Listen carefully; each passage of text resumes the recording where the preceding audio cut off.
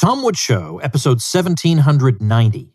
Prepare to set fire to the index card of allowable opinion. Your daily dose of liberty education starts here. The Tom Woods Show. Hi everybody, Tom Woods here. We're checking in today with Michael Bolden, founder and executive director of the 10th Amendment Center, one of my favorite organizations. Michael was the very first guest. He was the guest on episode number 1 of the Tom Woods Show, and I've been friends with him for over 10 years, and I'm just delighted to be able to count him as a friend. And we're going to talk about what is in store for 2021, what the 10th Amendment Center is up to, what the ideas behind it are. And as you know, I'm a supporter of the 10th Amendment Center financially, not just in terms of moral support and trying to promote them, but I actually open up my wallet every month and hand over some dough to the 10th Amendment Center, and I know it's going to a good cause. Michael, welcome back. Man, it is awesome to be here. So much to talk about, right? Yeah, well, I have no idea what we're talking about. So exactly, and that's what's going to make it more fun. And I think, especially at this time when we're talking about all the election chaos and what's going to happen next, and I'm hearing talk about mandates and re-banning what they call assault weapons, we should go back to Thomas Jefferson, right? That's probably a good starting point. Yeah, I'm all in favor. I wish we could go back to 10th or Tuesday. Remember the early days of the Tom Woods Show? Yeah, well, we literally have to do it every week, though. Yeah, I know. And then plus, usually I have you on because you're so nice and flexible. When I'm panicked, I'm out of episodes. And it's never Tuesday when that happens. So, anyway. Well, this is 10th or Tuesday, what, Thursday edition? Thursday edition, sure. Yes. Starts with a T. Close enough. It works for me. So let's go back to Thomas Jefferson. In his original draft for the Kentucky Resolutions of 1798, let me just read this real quick. I think it makes a lot of sense when you hear this. Jefferson said, in cases of an abuse of the delegated powers, the members of the general government being chosen by the people, a change by the people would be the constitutional remedy. That's Jefferson's version of saying when they use the powers delegated to them in a bad way and have bad policy, vote the bums out. But vote the bums out is not the strategy for when they're exercising powers outside the Constitution. And that's where he follows up. And he says, where powers are assumed which have not been delegated, a nullification of the act is the rightful remedy. He's not saying it's a good idea. You should maybe first try to vote the bums out and then maybe go to court and then maybe wait 2 or 4 or 6 years for the government to give you permission to be free. He literally says when they assume powers that have not been delegated to them, and we're living under the largest government in the history of the world, I think it's safe to assume without even much effort. You don't even have to do any research. If you literally just said 9 out of every 10 federal programs you ever hear about are unconstitutional, you'd probably be right almost every single time. So our approach has to focus away from national elections and closer to home on a state, local, and individual level. And of course, the closer we are to the individual, if our goal is individual liberty, then the more likely that individual liberty will have a chance of flourishing. All right. Well, you're singing from my hymn book on this stuff. So, I'm just trying to repeat the kind of stuff I learned from you in the first place. No, okay, anyways. yeah, no, hold on. Yeah, that came out wrong. I didn't mean to say you're just repeating things I've already said. What I meant was you're saying things that brighten my day and put a smile on my face. So and we actually trace, and we've done a lot of work in recent years, and I know a lot of people like to focus primarily on Jefferson, Madison regarding nullification and strategy, but as we've been studying this deeper and deeper over the years, myself, Meharry, and a number of other people who've helped me out at the TAC, we actually trace our nullification lineage actually further back to actually what Rothbard Conceived in Liberty referred to as the people's nullification of the Stamp Act.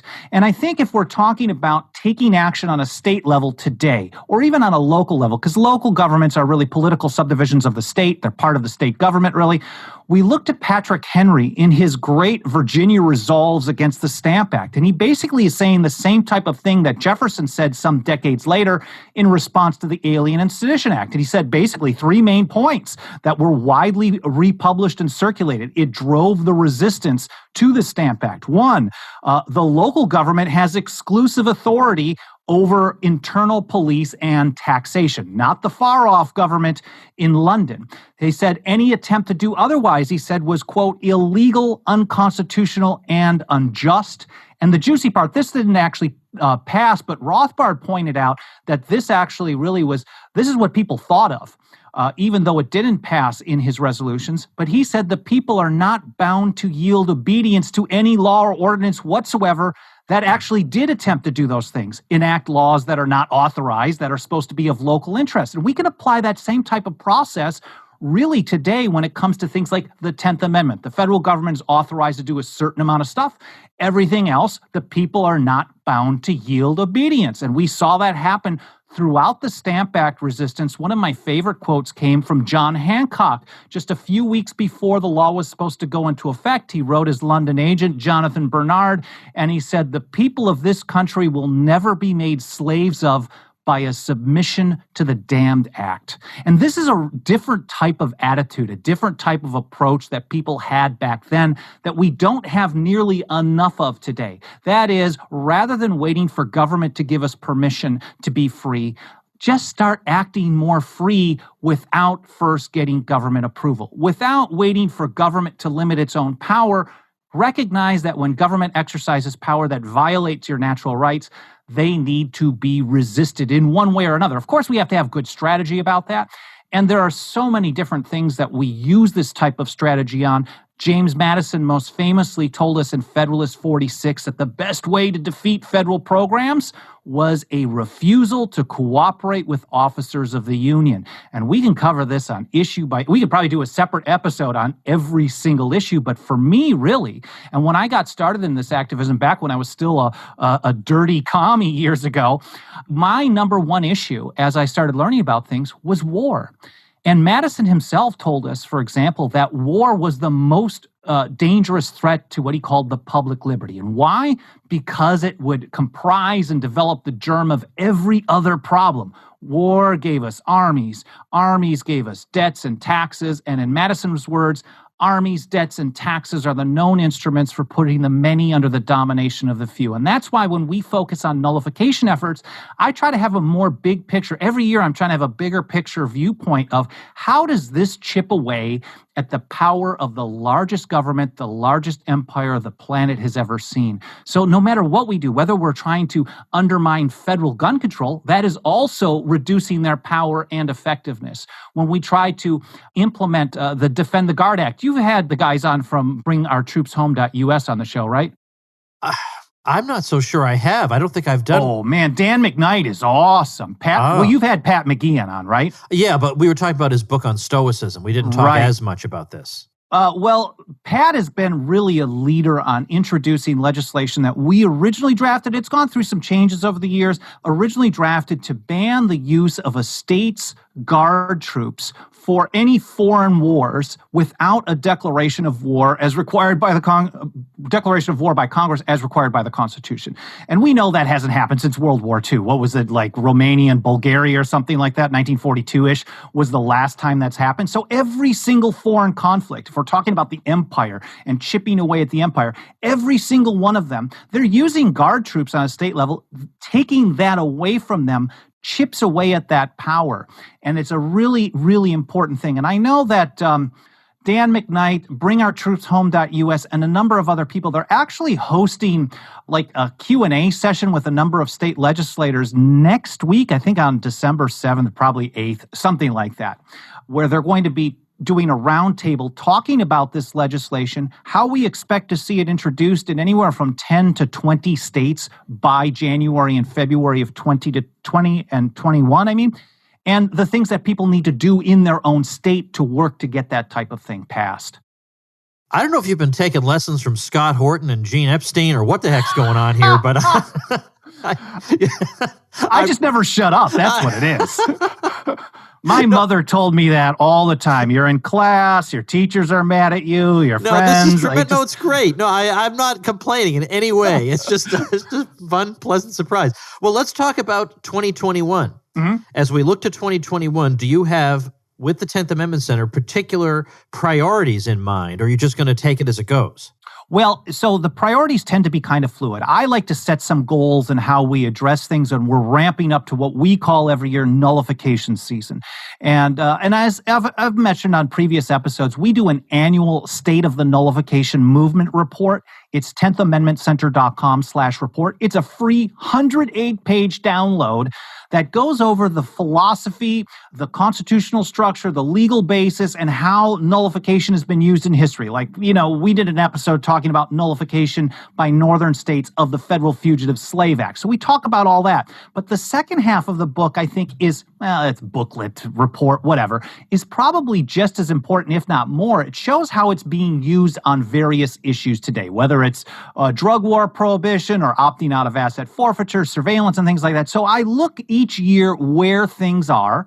I also look at, this might be an unusual thing for me to say, but in some ways, polarization and hyperpartisanship is something we actually lean on as part of our strategy. So we understand that when one side is in power, let's say the right is in power in Washington, D.C., the left is going to be more likely to do things that say, like, well, let's do the 10th Amendment and resist those evil Republicans. And then they switch that, and then that's gone as soon as it's like, now that we've got probably a Biden guy in there, and of course, we've got the Democrat House, the left is going to be very unlikely to want to do anything that we want them to do. And I think some of the partisanship plays into our hands strategically. So as we're looking towards the future in 2021 and beyond, it is much more likely that we'll see more action from Republican-dominated state legislatures, which are a vast majority of them, to take action on things like, for example, federal gun control. We know that the feds have only about,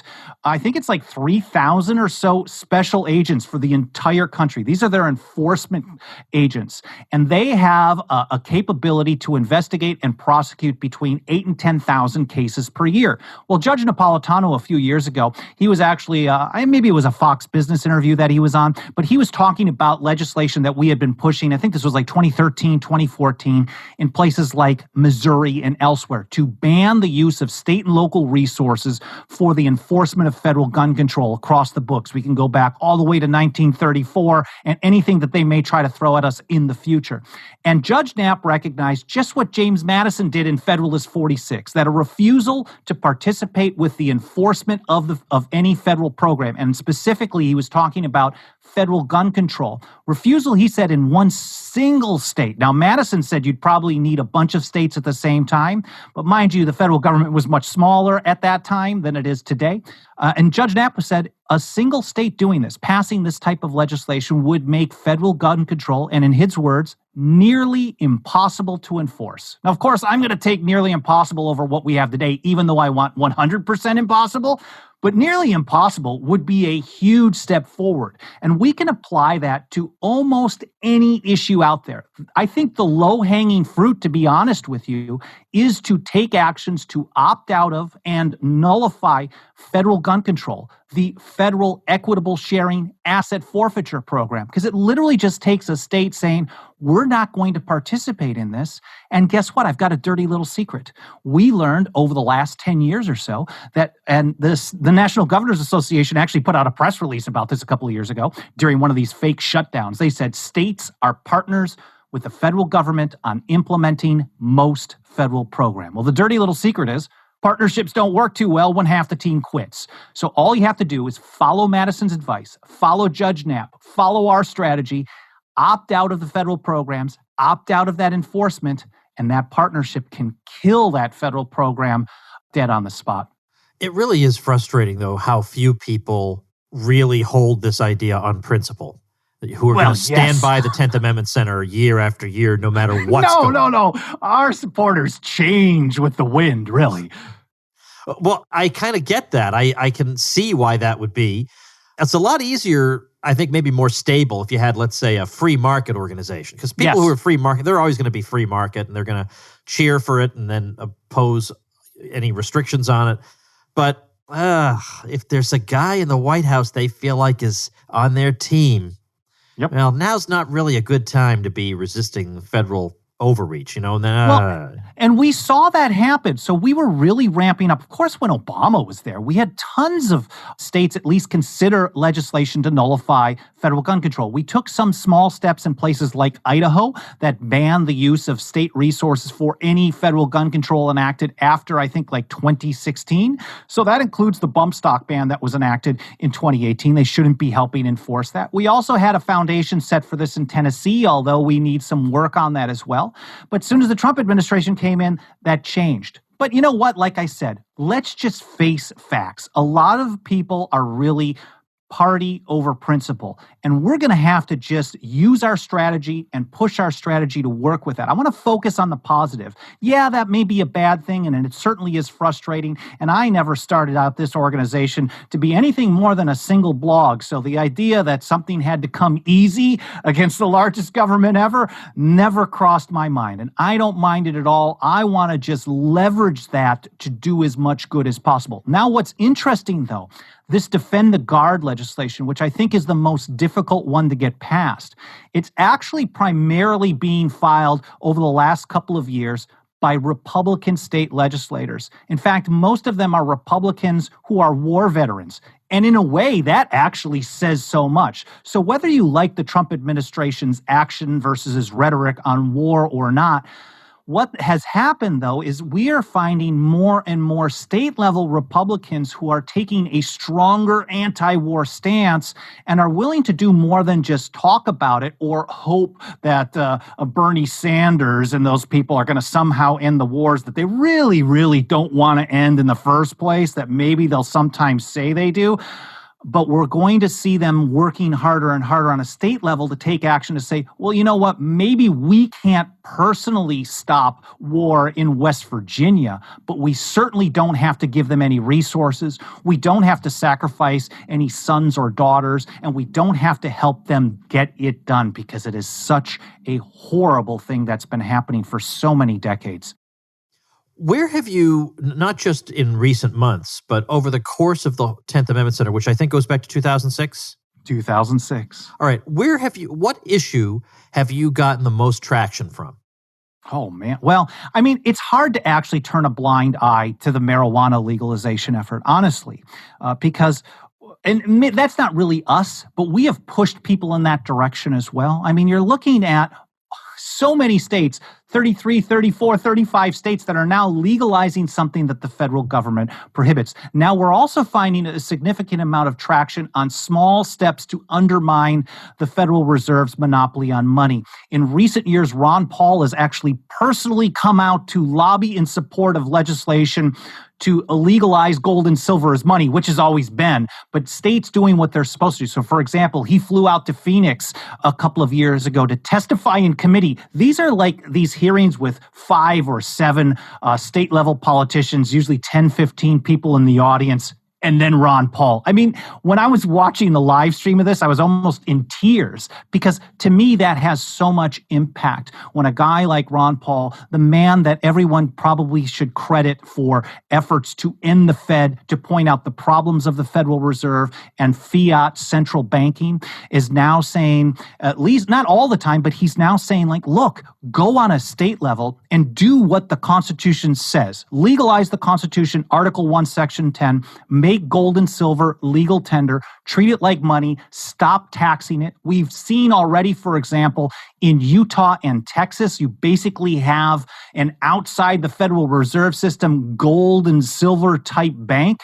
And in Utah, the United Precious Metals Association, they rechanged it. I think it's called like Alpine Money Metals or something like that. But basically, you can get a debit card and do gold and silver transactions in e-commerce now. And to me, that in and of itself, this is human action. When people have an option to do something other than what the federal government is forcing down their throats, I think you can learn and see how things play out much better than just talking about it philosophically.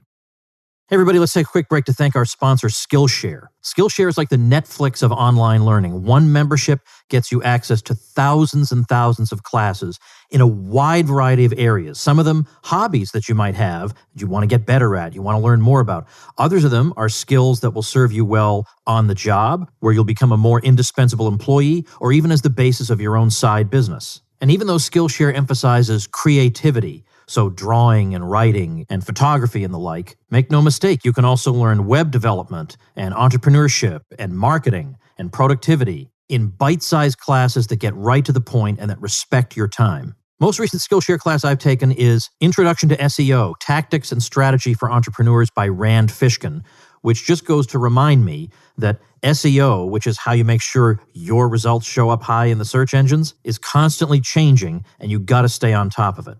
Break up your routine with spontaneous acts of creativity. Discover something new that you just might love and be great at. Explore your creativity at Skillshare.com/Woods, and the first 1,000 people to use our link will get a free trial of Skillshare Premium membership. That's Skillshare.com/Woods.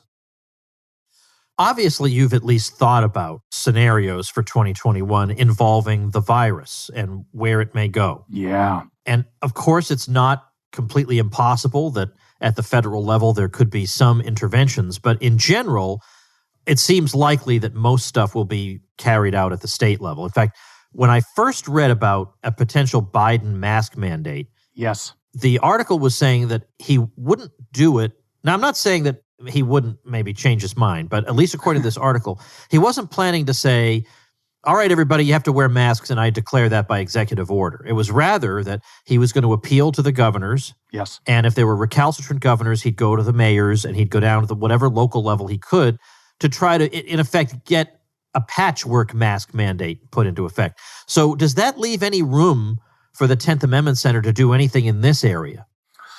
Yeah, it's a tough one to wrap my head around. But in general, what happens in those type of situations is the federal government either provides guidance or they want to tie it to some kind of funding. And the closest analogy, and I've actually got an example of something happening, a legislation dealing with COVID mandates in Kentucky that I can mention just briefly in a moment. But in general, the way I think about this is kind of like the 1033 program. This is the program from the Pentagon that takes weapons of war, stuff that's been used in Iraq, and actually a significant amount of time, somewhere, I forget the number, somewhere between 20 and 40% of the time, they take brand new military hardware and hand it off directly to local law enforcement. And the way to get out of that is literally just to ban participation in that grant program. So should he try to use a kind of an arm twisting of, well, we'll hand you some kind of grant money, then the response from states needs to be, we're not going to take that grant money. That is a very difficult proposition, though, because so many people are on board with this type of thing, and that is not going to be easy. So I think it really is going to be, we have to wait and see. But in the meantime, there's a piece of legislation that was just pre-filed in Kentucky. We reported on it just yesterday, and it's a bill in the Kentucky State House. It doesn't even have a bill number yet. It's a Bill Request 301. It's called the Ensuring Bodily Autonomy and Informed Consent Act. What it would do would actually remove from current state code any ability for the state to implement a vaccine mandate. And I think, if anything, more than a mask mandate, it is probably much more likely that we're going to see vaccine mandates. And my understanding of how the CDC has actually gone this direction in recent years is generally they're not the ones saying there's going to be a mandate. They say it should happen, and here's some pressure on the states to do so. So Kentucky, at least this piece of legislation, it was pre-filed by 5 or 6 state-level Republicans there, would kind of just preempt that type of thing, saying, well, the state's just not going to do it. Then, if you get down with a number of states taking that action, that really kind of makes it all fall apart, because the CDC doesn't have a goon squad to go out in there and do it. Now, some people, of course, will tell me, well, now you're just going to encourage them to do that.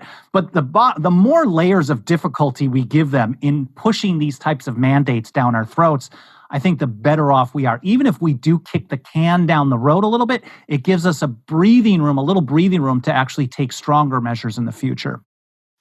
I just had Cliff Maloney from Young Americans for Liberty Oh, on. yeah. And they're actually really helpful on the Defend the Guard situation. In fact, the conference call, and I'll send you a link, so if you want to, you can include it in the show notes. The meeting that they're hosting next week, One of the YA for Young Americans for Liberty state chairs is actually going to be participating and answering some questions on that as well. But YAL has actually been really good on that particular issue. I know Meharry was talking with Cliff Maloney recently, and Cliff said he's fully on board and really, really wants to activate in support of that effort. But I'm sorry to interrupt, but go ahead.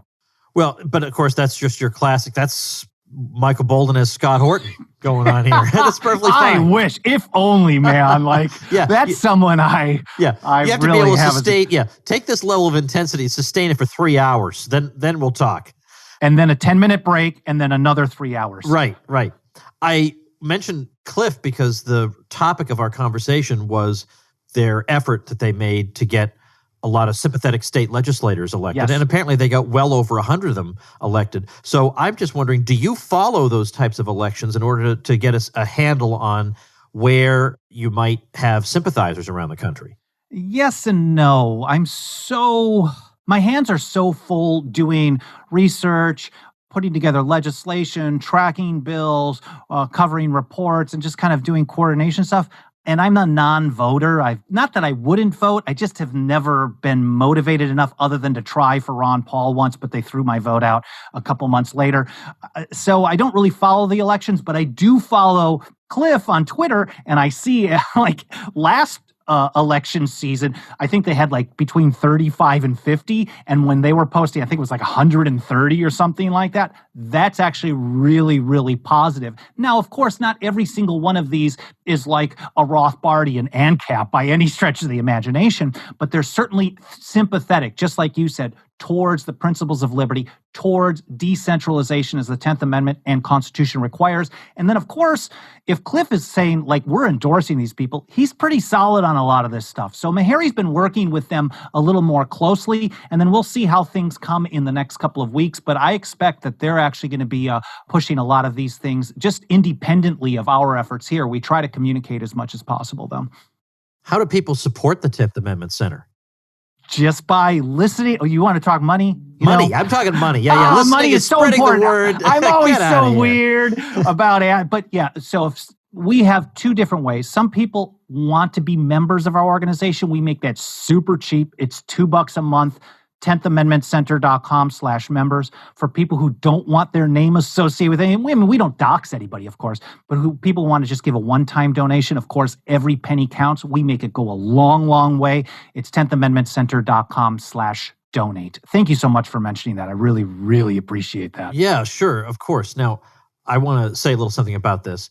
I support the 10th Amendment Center. And by the way, you and I need to talk because the card I think you have in file just expired. Just got a new card. It's the same number, just new expiration date, new code on the back. So Done. Let's work that out. But I'm going to tell people, I don't know if I've ever said the amount, but I donate $200 a month at the 10th Amendment Center. It's juicy, and I'm very grateful for it, Tom. I don't know how long I've been doing it, but long enough that I can't remember how long I've been doing it. It's a long time. Okay, all right. I probably should bump it up because probably the value of $200 has gone down since it's been so darn long. But anyway, I do that because I know Michael Bolden, and I know that he runs it on a shoestring, and he's not extravagant in his expenditures, to put it mildly. And for a guy and a handful of helpers, he has an enormous reach and influence and does a lot of good in the world. That's exactly where I want my dollars to go. I don't. If I were a billionaire, maybe I would give to some established institutions and have a library named after me or something. But if I send $25 to some multi-million-dollar operation, they're not even going to notice it. But Michael will notice it. The 10th Amendment Center will notice it, and good things will happen because of your donation on whatever scale you can manage. So definitely check that out. That'll be linked at tomwoods.com/1790. The website is just 10thamendmentcenter.com, spelling out the word 10th, 10thamendmentcenter.com, and then, of course, /donate if you want to join me in helping out an excellent cause. Well, we're going to leave it there unless, like Scott Horton, you have 3 more things you want to say. They're going to take another hour and a half. I've got another hour and a half, but let's just leave it there, and we'll be hungry for another episode. I'm so grateful for the time to be able to just share some thoughts, share the things that we're doing. I'm grateful for the support that you've given, and this is awesome. Thanks a lot. All right, great. Well, especially as the year is ending, and we're supposed to be in a generous mood, right? Ho, ho, ho, right? You might think, where should I send some dough? Well, Here's your answer, 10th Amendment Center. All right. Thanks a lot, Michael. Talk again soon. You rule. Thank you. Okay, everybody, before we wrap up for today, I have a website that will be of interest to a good number of you, especially the Christian listeners, many of whom probably have friends who don't quite understand why you have the views that you do, and you want to be able to explain yourself. The website I have in mind is christianpatriotism.net, and it was written and created by somebody who wants to help, let's say, conservative Christians who've been raised to think that somehow their faith connects them to American nationalism or militarism, or that these things go hand in hand, or that take a sanguine view of the state. And you, as a libertarian, don't buy into any of this. You think this is all crazy superstition, and it's borderline blasphemy to be associating these things with each other. So the website is an e-course that supplements the book For God and Country, ? What the Bible Says About Christian Patriotism. So the idea is to inform and spark a discussion on these matters and to challenge Christians who have maybe somewhat thoughtlessly, in some cases, found themselves just more or less accepting the talking points of certain members of a particular political party as if this is Christianity. And this has been a major problem for quite a long time. So check out christianpatriotism.net. I'll link to it at tomwoods.com/1790. And remember, of course, you can get publicity for a website you're thinking of starting. Just get your hosting through my link, and I'll promote you on the show here, and I'll send you some free tutorials, and I'll admit you into my private bloggers group where we all help each other out. And those bonuses are all free. They don't cost you a thing. So how you get them? Go to tomwoods.com/publicity. All right, tomorrow, well, I have some bad news tomorrow. We lost a real giant in our tradition of thought, and Tom DiLorenzo is going to join me to pay tribute to that person by examining some of his work. Some of you, if you're on my email list, you know who I'm talking about, and I think it would be wrong not to devote an episode to him. So stay tuned for that tomorrow, and thanks for listening. Become a smarter libertarian in just 30 minutes a day. Visit tomwoods.com to subscribe to the show for free, and we'll see you next time. Like the sound of The Tom Woods Show? My audio production is provided by Podsworth Media. Check them out at podsworth.com.